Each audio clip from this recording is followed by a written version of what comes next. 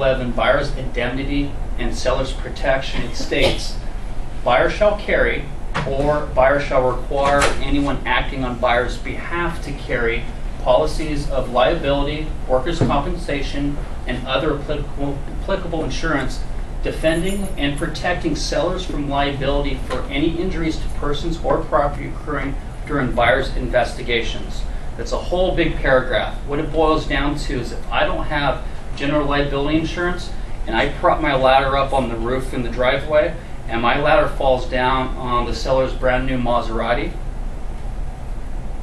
that's saying that the buyer's responsible for it if I don't have insurance, because it's their responsibility to make sure that we are insured.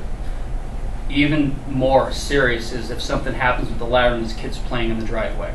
Okay, I know Craig and myself, and I can speak for both of us, we have policies, and you know it's a major expense for us every year. It's our largest expense that we have.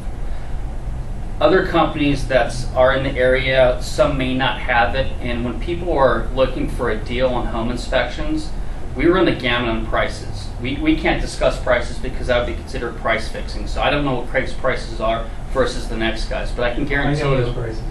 Okay, are they good? Okay, we'll talk about it. If you're looking at prices, if one company is charging 100 to 150 bucks less in inspection, they may not have, you know, all of the bills that we have to pay to cover that. So, you know, looking at price sometimes isn't the best thing. That doesn't mean they don't have it, it just sometimes is a reflection of it too.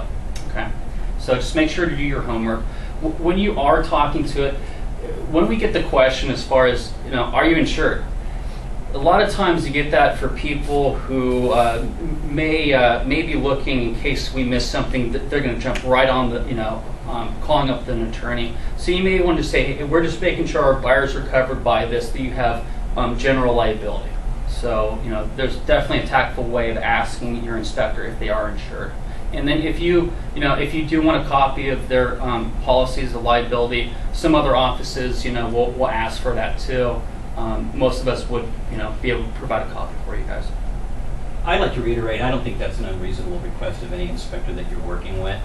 Although I do have to confess, I get asked, in 12 years of inspecting, I've been asked so seldom that I am somewhat taken aback initially, and then I go, wait a minute, that's the advice we give to realtors and brokers to make sure that the agents, or excuse me, that the inspectors that you're referring have this type of insurance. I think arguably you could be, you know, it'd be negligent referral if you didn't at least ask the question. And so when we stop and pause for just a moment to request that Accord certificate that shows our liability insurance, is not unreasonable. You could, instead of worrying about our negligent referral, you could make it part of your report. Page. Just put that in your report. I'm just throwing the ball back to you. Okay. See what I'm saying? What, that they have insurance? Yeah. Is what you're saying? Yeah, you just put it in there as a page. I mean, you certainly have 4 pages of disclaimers. Just slip it in there. So.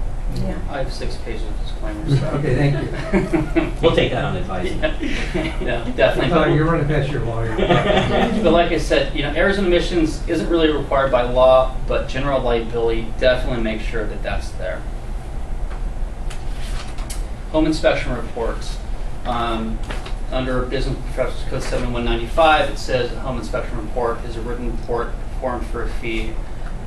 And it clearly describes and identifies the systems, structures, and components of the dwelling and material defects, remember material defects, identified in recommendations regarding conditions observed.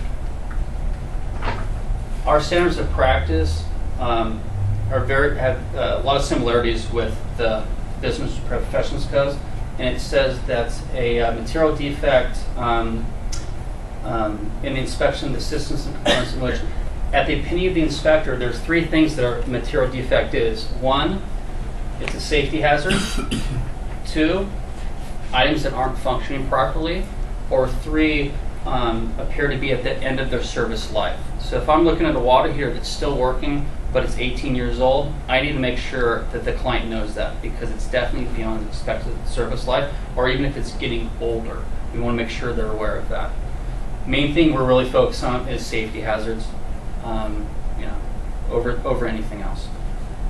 So we're not doing a code inspection.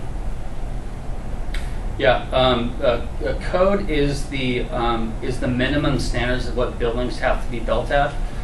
With that said, each city can vary a little bit in what they require. Redondo Beach requires sprinkler systems for residential houses.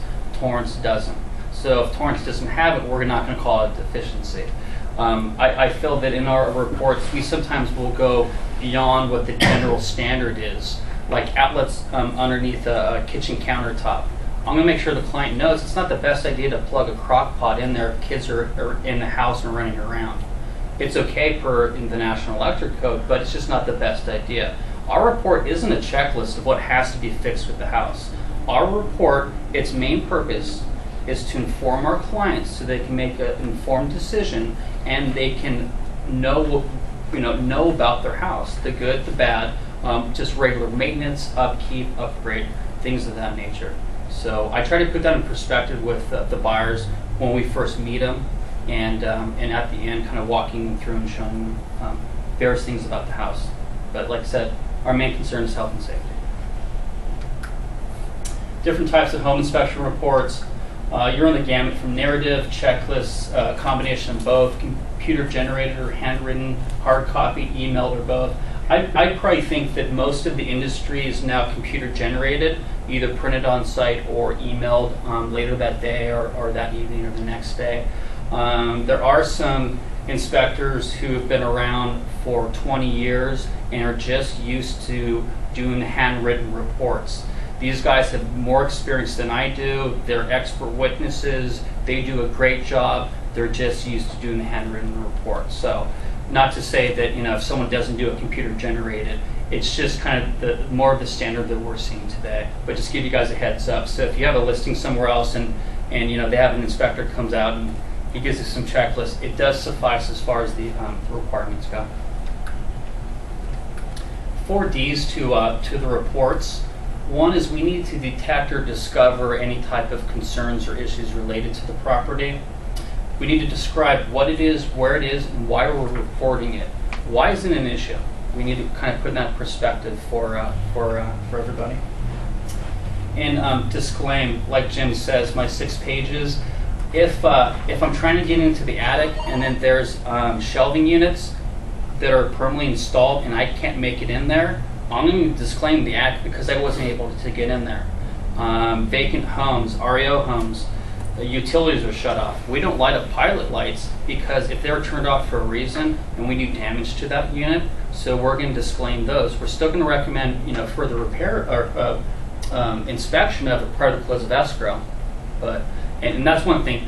Make sure to double check, especially with a lot more vacant homes that we're seeing. REO, you have a listing agent out in Diamond Bar. Double check, triple check to make sure there's utilities on, because unfortunately it's been happening quite a bit. You'll get out there, gas will be shut off, electricity be shut off, or the water be shut off. So it really limits what we can do. And moving forward with those transactions, you guys really want to just make sure to get that in so we can do the inspection at that time. You realize how difficult it is to get utilities on sometimes. Yeah. Sometimes it's nearly impossible to get them on. The cities, they want deposits, they want social security numbers, they want all kinds of stuff. So it's a neat suggestion, but I don't find it's that simple to get utilities on. He's right.